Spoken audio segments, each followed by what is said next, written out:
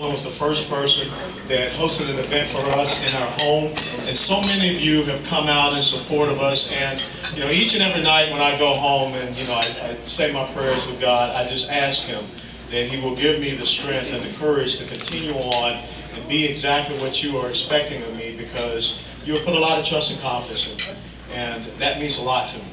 And I'm not going to let you down. You don't have to ever worry about that. And it's kind of like what George Orwell said in a great quote of his.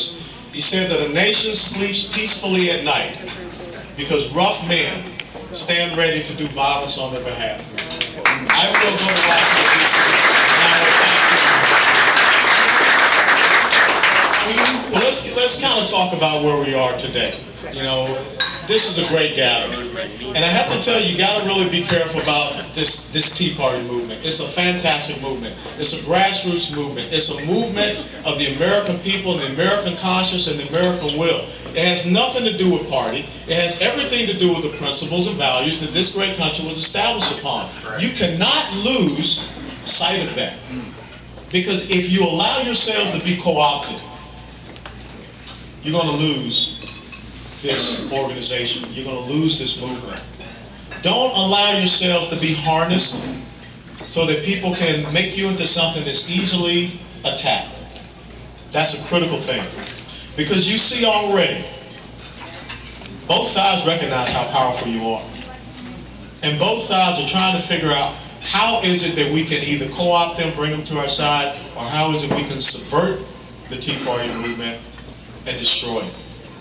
Because in about seven months, the most important election in the history of the United States of America will happen. I know a lot of times people say that, and it becomes maybe a trite little saying, but when you think about where we are in the United States of America, this is the most important election. When you think about the fact that yesterday, Fidel Castro congratulated the President of the United States for passing this health care bill. Now, I don't think I want to have Fidel Castro saying, good job. You think about what happened when we had Benjamin Netanyahu up in Washington, D.C. just a couple of days ago, and the way in which he was treated. The ally that we have in Israel. But yet, you see, we have pictures of our president, who has been bowing to the, King of Saudi Arabia, who has been bowing to the Emperor of Japan, who has been shaking hands with Hugo Chavez. Something's not right. And Bert Proletsky put out an incredible quote this past week, and it's something that's been reprinted. But he said, we should be very concerned and very worried when the President of the United States is more concerned about or worried about a Jew building a house instead of Muslims building a nuclear bomb. Amen.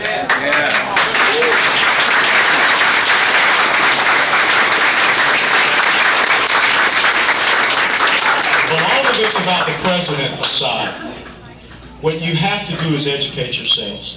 You have to educate yourselves and go back and study the Declaration of Independence. Go back and read the Federalist Papers. Go back and read the Constitution of the United States. Because what a lot of people don't realize, what is the most powerful branch of our federal government? Not just that, it's the House of Representatives. And that is why the Founding Fathers, in their brilliance, set up this program, this separation of powers, but also, every 2 years, you get to turn it out.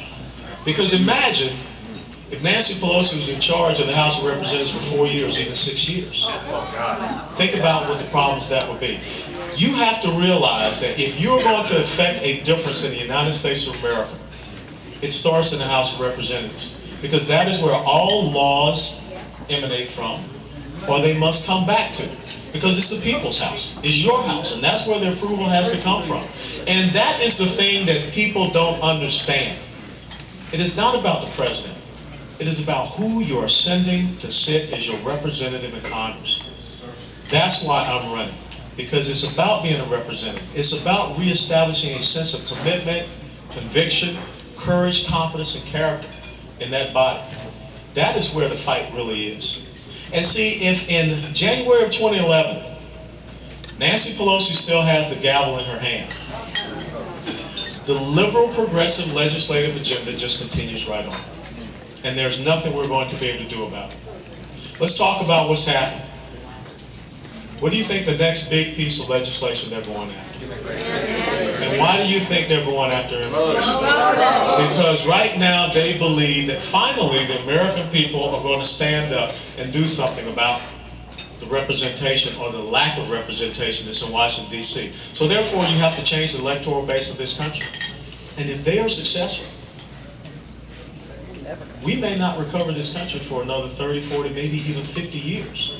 Because when you understand the big picture of what's going on in the United States of America, it is about a new style of class warfare. And I've got to continue to hammer this in your head, because they are about creating victims. And the more victims that you have that become dependent upon government, the more government has to grow. But the thing is that when you get to the point, see, right now 45% of Americans are not paying taxes. But yet, they vote. So if I can come along and I take that 45% and I can creep it up to 50%, and then if I can creep that 50% over to 55%, then the next thing you know, the United States of America is upside down, because then you have the production class taking care of the entitlement class. And the entitlement class is going to continue to want to have free education, free health care, free cars, free cell phones, you name it. And they're going to feel that that is their right. Just the same as back when we had the Community Reinvestment Act in the 70s, when the government came out and said everyone had the right to own a home. Look where that ended up for our economy. Where do you think this health care legislation, law, will end up for us? That's why it's critical in the House of Representatives to make a difference. Because we are in an ideological race for the soul of the United States of America. And if you lose this race, which is a marathon, and they don't believe you have the will, the stamina, and the endurance to last for another 7 months, they really believe that if we continue to hammer them, if we continue to beat them down, or maybe they'll just plain forget, then they won't show up. You can't forget. You got to stay engaged. You've got to let your voices be heard now more so than ever before in the history of the United States of America. And that's what the Tea Party is.